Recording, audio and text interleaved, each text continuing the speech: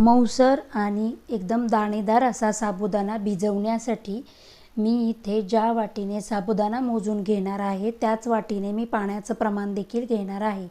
सुरुवातीला आपण 2 वाट्या साबुदाणा घेऊन 2 वेळा धुवून घेऊया। नंतर त्याच्यामध्ये 1 वाटी पाणी आणि वर 4 चमचे आपल्या रोजच्या वापरातले चमचे घेऊन मी 4 चमचे पाणी साबुदाण्यात टाकून घेणार आहे आणि साबुदाणा 1-3 तासासाठी भिजत ठेवणार आहे।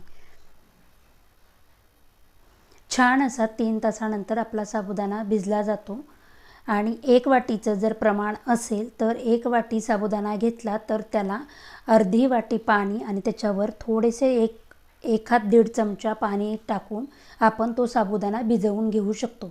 तुम्ही पाहू शकता छान असा आपला साबुदाणा भिजला गेलेला आहे, मऊसूत झालेला आहे आणि दाणेदार देखील झालेला आहे।